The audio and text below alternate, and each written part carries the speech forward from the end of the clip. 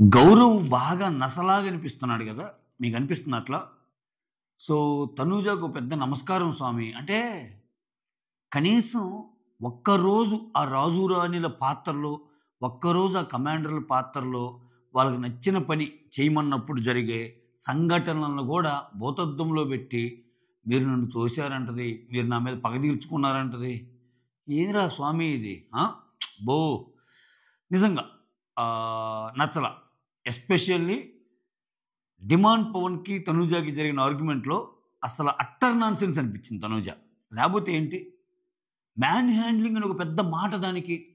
ఆయన అసలు మామూలుగా ఫ్రెండ్ అన్న విత్తోనే రీతూని అటు తోస్తేనే దాన్ని మాక్సిమైజ్ జేసి అసల భయంకరంగా అక్కడ రీతు ఒప్పుకున్నా గాని రెడ్ కార్డ్ దాకెళ్ళి గేట్లు ఓపెన్ అని జెప్పి మోకాళ్ళ మీద నిలబెట్టి ఏడ్పించినంత పని జేశారు. ఇంక ఈ చిన్నోడికి మ్యాన్ హ్యాండ్లింగ్ అంటుందామె. ఏంటి నువ్వు అలా అంటున్నావంటే, ఏంటి నేను కామ్‌గా ఉంటే నువ్వు అలానే చేసేటట్టున్నావు అన్నట్టు అంటది మళ్ళా. హతవిధి. సో, మొత్తానికి డి డిమాండ్ పవన్ రాజయ్యి ఆ రాణిల పక్కన ఎవరైతే కళ్యాణు, రీతు ఉన్నారో వాళ్ళ పక్కనెళ్ళి కూర్చుందాం అనుకున్న ఆశలకి దివ్య గండి కొట్టేసింది. దివ్య ఆశలకి రీతు, నిఖిల్ గండి కొట్టేశారు. అసలేంటి ఈ ఈ ఈ గౌరవ్ గోలేంటి? ఏందబ్బా ఈ గౌరవ్? అసల సంజన అని అంటాడు గానీ ఈయన కెమెరా పెర్ఫార్మన్స్ అని ఆయన వచ్చినప్పటి నుంచి చూస్తే ఏ చిన్నది చెప్పాలన్నా కెమెరా దగ్గరికి. బిగ్ బాస్ చూశారుగా ఓవర్ కాన్ఫిడెంట్‌తో బర్నీ గారు ఆడటం వల్ల నాకేం పోయింది? అతను ఆడటం వల్ల నాకేం పోవటం ఏమిటి? ఇది జరుగుతుండే చిన్న చిన్నయి అన్నీ గెలుస్తామా మనం? అట్టనుకుంటే నువ్వు ఇండివిడ్యువల్‌గా అన్ని గేమ్స్ అన్నీ గెలవాలి ఇంతవరకు ఏమన్నా అంత తోపులా గెలిచావా? ఏ కథలు ఇయన్నీ. సో, ఓవరాల్‌గా ఏం జరిగిందో చెప్పే ముందు ఒక లైక్ కొట్టండి. ఓకేనా? ఈరోజు జరిగింది ఒకటే. కమాండర్స్‌కి, ప్రజలకి పోటీ పెడతాడు. ఆ కమాండర్స్‌లో ఇద్దరిని సెలెక్ట్ చేసుకోమంటే వీళ్ళు చిట్లేసుకుంటారు. చిట్లేసుకుంటే పవన్, నిఖిల్ వస్తారు. ఓకే. బాగా పోరాడతారు తనూజ, సంజన గూడా రావాలని. బట్ కుదరక చిట్ వ్యాపారం బిగించేస్తారు. చిట్స్‌లో నిఖిల్, పవన్ వస్తారు. నిఖిల్, పవన్ వచ్చాక వాళ్ళలో ఇద్దరిని సెలెక్ట్ చేసుకోమంటే ఇక్కడ డిమాండ్ పవన్ బాగా ఆలోచిస్తాడు. సో, ఆల్రెడీ సుమన్‌ని సెలెక్ట్ చేసుకోవచ్చు. బట్ ఒక ఆట ఆడాడు గదా! ఆట ఆడని ఇద్దరిని సెలెక్ట్ చేసుకుందాం అని చెప్పి భరణిని, గౌరవ్‌ని సెలెక్ట్ చేసుకుంటారు. కొంచెం ఇప్పుడు అదేంది ఆ టాస్కు నిలబెట్టు, పడగొట్టు, గెలుపొందు. అవన్నీ దాటేటప్పుడు ఆబ్వియస్‌గా వాటిని బ్రిక్స్ అనండి, డామినోస్ అనండి, అదే ఆ బ్రిక్స్ ఉంటాయి గదా! వాటిని మొత్తాన్ని అమర్చి ఒకదాన్ని ఇట్లా అంటే టక్ టక్ టక్ టక్ టక్ ఎళ్ళిపోయి లాస్ట్‌ది పడ్డాక ఒక బాల్ టక్కనంటే ఆ బాల్ పోయి దాంట్లో పడాలి. అది గేమ్. ఓకే. సో, ఆ అరేంజ్ చేయటంలో భాగంగా కొంచెం చివరిదాకా వస్తున్నారనంగా భరణి గారి కాలు తగిలిద్ది. పోతాయి. అది అది కామన్. అటువంటి గేములు ఎవరికైనా జరగొచ్చు మిస్టేకు. అరే! కాలు జరిగిందిరే! సొంత టీమైనా నా మాట వినలేదురే! అక్కడ ఇమ్మాన్యుల్ మాట వింటున్నారురే! ఇదేమిట్రే! ఇది చాలా గౌరవ్ దగ్గరేంటంటే ఒక గేమ్ పోంగానే వాళ్ళ టీమ్‌మేట్స్ మీదనే ఇప్పుడు వచ్చాయన సారీ చెప్పాడు. ఇప్పుడు ఆయనకి మాత్రం ఓడిపోవాలని ఉంటదా? అసలు ఆయన ఓడిపోతే ఓట్లు పడే గేమ్ ఆయనది. ఆయన ఇప్పుడు నీకంటే ఎక్కువ ఆయన ఇంకా కసిగా ఆడాలి. బయట నుంచి వచ్చాడు. చాలా ఛాలెంజెస్ ఉన్నాయి ఆయనకి. ఆడాలిగా. ఆయనకి ఆడి ప్రూవ్ చేసుకోవాలని ఉంటదిగా. అయినా గాని పోయిందంటే పోతాయి. అన్ని గేములు మనయి గాదు గదా గౌరవ్ అన్నట్టు. సరే ఈ గేమ్‌లో పవన్, నిఖిల్. మొత్తానికి నిఖిల్ అల్లాడిచ్చాడబ్బా ఈరోజు. టాస్క్ కింగ్ అంతే. ఏదైతే చెప్పాడో కళ్యాణ్ నామినేట్ చేసినప్పుడు ఎందుకు నన్ను తక్కువగా చూస్తున్నారు? నేను ఆల్రెడీ చాలా మంది కంటే ముందే ఉన్నాను గదా! ఇక్కడి నుంచి చూపిస్తాను. లీడర్ బోర్డ్‌లో నా పొజిషన్ ముందుకు నెడతాను అన్నాడు. నెట్టేస్తున్నాడు. So, seriously this guy is amazing యార్. నాకైతే బాగా నచ్చుతాడు ఇతను. ఎందుకంటే నో డ్రామా, స్ట్రెయిట్ ఫార్వర్డ్ ఉంటాడు. మాటల్లో మాటల్లో కన్నింగ్‌నెస్ ఉండదు. ఎంతసేపటికి ఒక తప్పు జరిగితే తప్పుని ఎదుటోళ్ళ మీద ఏసి మనం పబ్బం గడుపుకుందామన్న మెంటాలిటీ గాదు. సో, హౌస్‌లో మొట్టమొదటిసారిగా సుమన్ లాంటోళ్ళని అందరూ బుజ్జగిస్తుంటే, సుమన్ గురించి చెప్పిన మాటలు నాకు ఇంకా రింగ్ అవుతున్నాయి. ఏందయ్యా నీలాగా ఆడేది గేము? ఏం ఆడుతున్నావయ్యా నువ్వు అన్న మాట సూపర్ అంతే. అసల ఇక్కడ ఏమవుతుందంటే, ఇప్పుడు సుమన్ లాగానే బాలాదిత్య ఉండేవాడు. మీకు గుర్తుందా? బాలాదిత్య ఇంకా మంచిగుండేవాడు. కానీ ఏమైంది? బాలాదిత్య త్వరగా ఎళ్ళిపోయాడు. సుమన్‌కి, బాలాదిత్యకి తేడా ఏంది? సుమన్‌ని ఎందుకు అంత ప్యాంపరింగ్ చేస్తున్నారు? సుమన్‌కి బయట కొంచెం క్రేజ్ ఉంది. ఆయన మీమ్స్ అయన్నీ విపరీతంగా వాడతారు. లేపినా కూర్చున్నా ఓ సుమన్ జై సుమన్ అన్నట్టు అంటారు. ప్రతిసారి ఇంకా ఒక 3 జనరేషన్లు రావటం, super hero of the week అంటాం, ఎరగ్గొట్టావు అంటాం, అసలు నువ్వు పాలు తాగే విధానం ఏమన్నా ఉంది చూసావా, సీక్రెట్ అసలు కిరాక్ అంటాం. ఇట్లా చూడండి, నేను చెప్తాను అంటే నేను క్యారెక్టరిస్టిక్స్ పరంగా చెప్తున్నా. బాలాదిత్య ఇంకా బాగా మాట్లాడగలిగేవాడు, బాలాదిత్య గేమ్స్ని బాగా అర్థం చేసుకునేవాడు, బాలాదిత్య అక్కడ చాలామంది గేమ్ అర్థం కాకపోయినా ఎక్స్ప్లెయిన్ చేసేవాడు. ఇక్కడ ఆయనకి ఏమీ తెలియవు, గేమ్ అర్థం కాదు ఆయనకి. అసలు నామినేషన్ వచ్చిన 2 వారాలు అయితే అసలు నామినేషన్ అంటే ఏంటి, నేను ఉంటానా పోతానా ఇట్లా.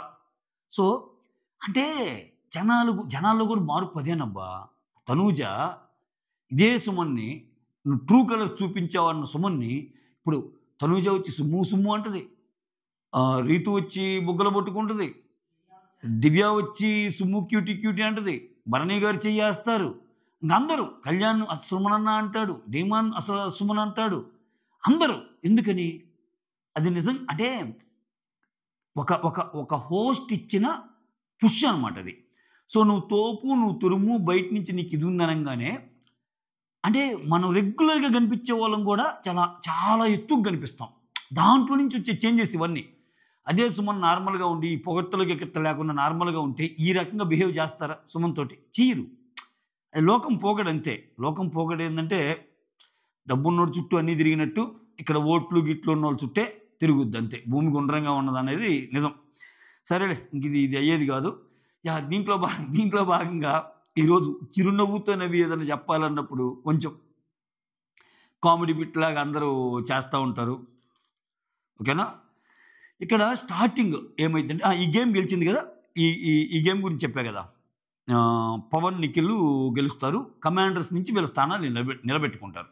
అయితే గేమ్కి ముందు ఒక గొడవ అయింది. అదేంటంటే రాజులైతే మీరు ఎలా బిహేవ్ చేశారా, రాజులైనంత మాత్రం మీరు అలా బిహేవ్ చేయాలరా, అరే రీతు నువ్వు ఫ్రెండ్ అని మర్చిపోతున్నావురా, తనుజ మాటలు ఎన్ని, రా అంటే రావాలా, పో అంటే పోవాలా, ఇవన్నీ సరదాగా అంటది కిచెన్ దగ్గర కూర్చొని. వీళ్ళు ఏం చేస్తారు, దీన్నే రీక్రియేట్ చేయడానికి మమ్మల్ని అంటావా, ఇంకో గంటలో మేము డ్రెస్సులు వేసుకొని వస్తామని చెప్పి తనూజాని మిగిలిన కళ్యాణ్, రీతు రాజులు కదా, రాజు రాణి కదా, ఆ మిగిలిన కమాండర్స్ని తనూజాని తెచ్చి ఆ కిచెన్ దగ్గర పెట్టండి, సేమ్ అది రీక్రియేట్ చేస్తుంది, అక్కడ కూర్చొని ఎట్లా మాట్లాడితే అట్లా అన్నట్టు చెప్తారు. చెప్తే దాంట్లో భాగంగా డిమాండ్ పవన్, నిఖిల్ అలా తీసుకొస్తారు.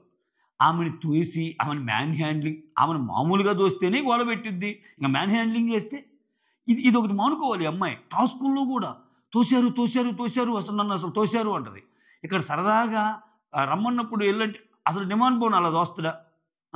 అందుట్లో ఇంకా రీతుతో కొంచెం క్లోజ్గా ఉన్నప్పుడు అలా అన్నాడు, కానీ మిగిలినంతా చాలా జాగ్రత్తగా ఉంటాడు. నువ్వు తొయ్యటం నాకు నచ్చలేదు, మ్యాన్ హ్యాండ్లింగ్ చేసినట్టుంది అన్నట్టు అంటే 1-2 సార్లు అంటే ఎలా ఉంటుంది ఆయనకి? నువ్వు అలా వేరే రకంగా ప్రొజెక్ట్ చేయకు అది ఇది అని చెప్పి డిమాండ్ కూడా సీరియస్ అవుతాడు. ఇది ఒక చిన్న ఇష్యూ అనమాట. నిజంగా ఇటువంటి మానుకోవాలి అమ్మాయి. అయితే ఆమె ఏం చేసినా చెలేగా అబ్బా చెప్పా కదా, డబ్బున్నోడిదే రాజ్యం, బిగ్ బాస్లో ఓట్లు ఉండేవాడు ఏం చెప్పినా చెల్లుబాటు అయ్యిద్ది అంతే. వాళ్ళు ఏం చేసినా వాహ్ వాహ్ వాహ్ అంటానికి బయట జనాలు ఉంటారు, వారేవా అంటానికి హోస్ట్ నాగ్ సార్ ఉంటాడు. మిగిలిన వాళ్ళందరూ తప్పని తెలిసినా తప్పుని వ్యతిరేకించాలని ఇదున్న ఆ మనోబలం లేక okay Tanuja you are right అంటారు. ఇవన్నీ చూస్తా సగటు బిగ్ బాస్ లవర్ అనేవాడు కుంగిపోతూ ఉంటాడు. ఇక్కడ ఓవరాల్గా కుంగిపోయేది ఎవడంటే సగటు బిగ్ బాస్ లవర్. అది మ్యాటర్. ఇంకంతే, దీన్ని ఏం చేయలేము మనం. ఓకే, దీన్ని ఏదైనా చేయాలని ట్రై చేసినా ఏం లేము. మనం హ్యాపీగా మన మోడ్లో మనం ఉంటా, ఆ ఉన్న షోని చూసుకుంటా ఎంజాయ్ చేస్తా ముందుకెళ్ళిపోవటమే అంతే. రైట్? ఇక్కడ తనుజ వర్సెస్ డిమాండ్ గొడవ అయింది కదా. ఇప్పుడు ఈ నిలబెట్టు పడగొట్టు గెలుపుందులో వీళ్ళు గెలుస్తారు కదా, ఎవరు, పవన్ అండ్ నిఖిల్. వీళ్ళు గెలిచాక ఇక్కడ నెక్స్ట్ ప్రమోషన్ టాస్క్ అనమాట.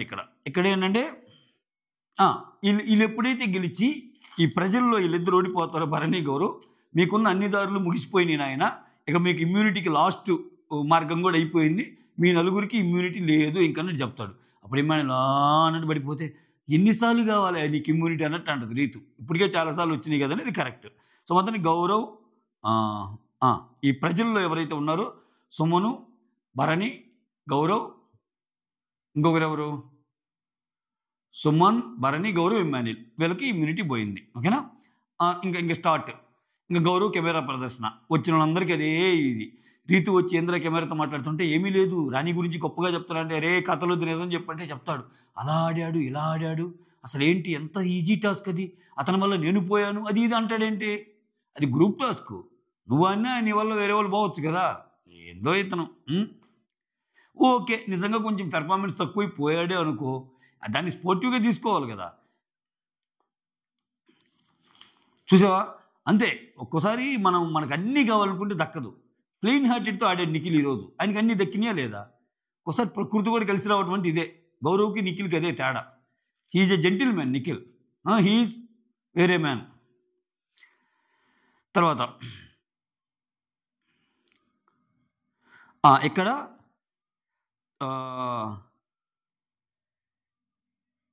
ఇంకా మాటలు అంటాడు, భరణి గారికి ఓవర్ కాన్ఫిడెంట్ అయింది, అది ఇది భరణి గారి వల్లే పోయామని చెప్పి కెమెరాస్తో అన్నిటితో చెప్పుకుంటాడు. ఆ తర్వాత ఇమ్మాన్యుల్కి సంజనకు కన్వర్జేషన్ ఉంటుంది. సంజన కొంచెం ఫీల్ అవుతూ ఉంటుంది రీతు అన్న మాటలకి, ఇవన్నీ నిన్న గొడవ అయింది కదా. చెప్తాడు, మమ్మ నువ్వు ఆర్గ్యుమెంట్స్ బాగానే చేస్తున్నావు మమ్మ, కాకపోతే ప్రాబ్లం ఏంటంటే నువ్వు తెల్లారుతులు ఆర్గ్యుమెంట్ చేయి. ఆ ఆర్గ్యుమెంట్ చేసే ప్రయత్నంలో నువ్వు కొన్ని పదాలు దొల్లుతావు. ఇప్పుడు చూడు, నేను ఆఫ్టర్ ఆల్ అన్నావు, ఆఫ్టర్ ఆల్ అని ఆమె స్టార్ట్ చేసింది. అంటే ఏంటి దాంట్లో తప్పేముంది ఆఫ్టర్ ఆల్ అంటాం అన్నట్టు అప్పటికి అటువంటి కొంచెం మార్చుకో అన్నట్టు చెప్తాడు. కరెక్టే. అది కొన్ని పదాలు ఏంటంటే తనకు తెలియకుండానే పాప అంటది. ఆమె ఉద్దేశం మంచిదైనా కానీ ఆ పదాలను యూజ్ చేసి వేరే వాళ్ళు ఆగుతారు. ఇంకా రీతులు అంటారు కదా, ఒక్క పదం చాలు, కంటెక్స్ట్ వదిలేస్తారు, ఆ పదాన్నే పట్టుకుంటారు. ఓకేనా? సో ఇక్కడ ఇప్పుడు ఈ టీంలో ముందు పెట్టిన టాస్క్లో పవన్ నిఖిల్ గెలుస్తారు కదా, వాళ్ళతో మహారాజుల్లో ఒకరు, రాజు రాణుల్లో ఒకరు వీళ్ళతో తలబడాలి. మీ ముగ్గురు ఏకాభిప్రాయంతో తలబడండి అంటే, ఇక్కడ ఆల్రెడీ నువ్వు కెప్టెన్ అయ్యావు కదా అన్నట్టు దివ్య అని అంటారు. మరి కళ్యాణ్ కూడా అయ్యాడు కదా, అసలు నేను ఇంతవరకు కాలేదు కదా అన్నట్టు చెప్తుంది రీతు కళ్యాణ్కి ఏం చెప్పిందంటే, నేను నీకు సహాయం చేశాను, నువ్వు నాకు ఏం సహాయం చేయలేదు అన్నట్టు అంటది. ఇంకా దివ్య నిఖితతో అయితే, దివ్య ఏమో నేను ఒకసారి అయితే కాకూడదా ఏంటి, ఇప్పుడు కెప్టెన్ అనేది నెక్స్ట్ వీక్కి సంబంధించిన విషయం, ఇప్పుడు ఇమ్యూనిటీ వస్తే నేను సేవ్ అవుతావు కదా, నాకు ఇమ్యూనిటీ కావాలి అన్నట్టు అంటది. ఆ పాయింట్ ఏంటంటే నాకు కెప్టెన్ కాదు ఇమ్యూనిటీ కావాలన్నట్టు అంటది. సో లాస్ట్ వీక్ ఇమ్యూనిటీ వచ్చి, ఇప్పుడు ఇమ్యూనిటీ వచ్చి, నెక్స్ట్ వీక్ కెప్టెన్ వస్తే కష్టమే కదా.